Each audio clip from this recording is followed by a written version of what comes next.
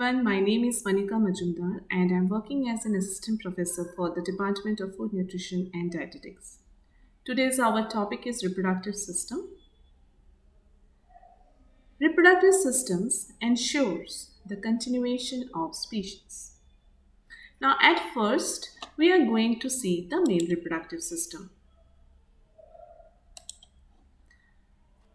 Gonads are the primary reproductive organs which produces the gametes. In case of male, the testes are the gonads and they produce the gametes called sperms. And in case of female, the gonads are ovaries and they produce the gametes called ova. Now, this reproductive organs in a reproductive system, it includes primary sex organs and accessory sex organs. Primary sex organs like testes and accessory sex organs like seminal vesicle, prostate gland, urethra, and penis. Now, let us see first the anatomy of male reproductive system. The male reproductive system consists of penis, scrotum, epididymis, and testes. So these are the structure which is present externally. Accessory sex organs like vas deferens, seminal vesicles, prostate glands, bulbourethral glands. So these are called the accessory sex organs. So together all the organs work together and maintain the reproductive system. Let's see in details about the testes. So testes are the primary sex organ and they are also called as gonad.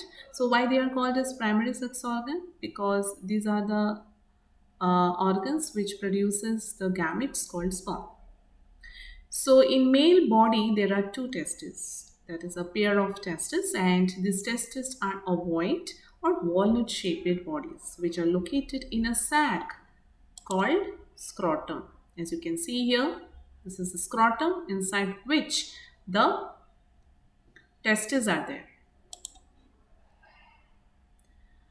Now, each testis is made up of 900 coiled tubules. So this is a testis and you can see this is a lobule and each lobule contains many seminiferous tubules.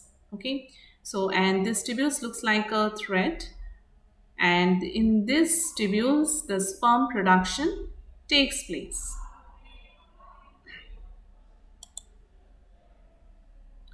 This is a cross section of seminiferous tubule. If we do a cross section of this seminiferous tubule, it appears like this. As we can see here, in the seminiferous tubules, there are many different types of cells. The blue cells which are present outside the tubule, that is called Leydig cells. And this is the tubular cross section.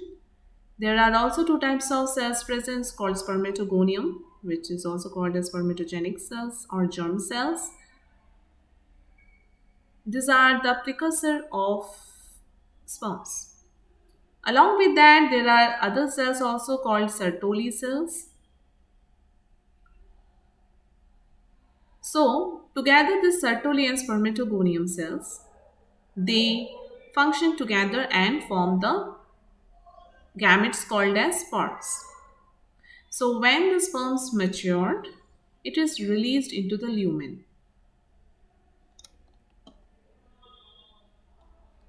Let's see more details about the seminiferous tubule. Seminiferous tubules are thread-like convoluted tubular structure which produces sperms, and there are around 400 to 600 seminiferous tubule in each testis, and each tubule is around 30 to 70 centimeter with a diameter of 150 to 300 micron. So we have seen that the seminiferous tubule is mainly consists of two types of cells, that is germ cells or spermatogenic cells, or and also Sertoli cells are called as supporting cells.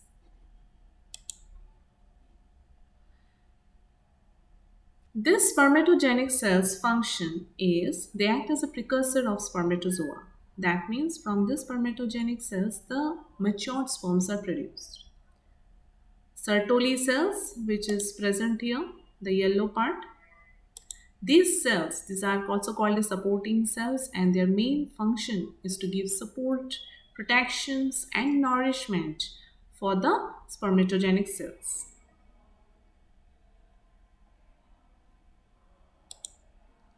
Now, in the seminiferous tubule, the sperm production takes place, and this process of uh, creation of the sperms it is called as spermatogenesis. So, when the spermatogenesis occur in the seminiferous tubule, it releases sperms, and these sperms are released into the lumen. From this lumen, the sperms, this is the testis, and inside which seminiferous tubules are there. From there, the sperms enters to the epididymis through the vas efferents, and then epididymis continues to the vas deferens. Now this is how the sperms moves, and it is ends up at the end of the vas deferens, that is called as ampulla. Later on, ampullas, which is of vas deferens, joins the duct of seminal vesicle. The green part is the seminal vesicle.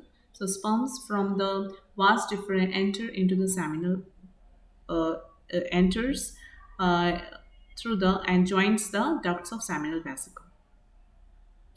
So here the secretion from the seminal vesicles and the sperms they mixed, and it forms a ejaculatory duct. Then this ejaculatory duct emptied into the urethra. So this is the urethra. So this is how the sperm transported into the urethra. So first from the seminiferous tubule to epididymis, then vas deferens, and then it will mixed with the secretion of the seminal vesicles and other glands also like prostate glands, and then later on it is transported to the urethra. So this is the journey of sperms from testis to the urethra. Now let's see what are the function of seminal vesicles. Seminal vesicles are paired gland. These are the paired gland. And seminal vesicle, they secrete alkaline fluid with fructose, contains fructose, enzymes, and prostaglandin. The alkaline fluid of the seminal vesicle secretions, it neutralizes the acid in the female reproductive tract. And the prostaglandins, which is present in the secretions, it provide motility and viability to the sperm. Now, prostate glands. So, what is the function of the secretions of prostate glands in the semen? So, prostate gland it secretes citrate as an energy source for sperm motility. It also secretes the enzymes which breaks the clot in the semens once in the female reproductive system. Now, along with all these glands, there is another gland called bulbourethral glands, and it secretes viscous fluid that is mucus. So, this is all about the anatomy and the various functions of accessory sex organs and the primary sex organ that is testis. With this note, I'm going to end this session. Thank you.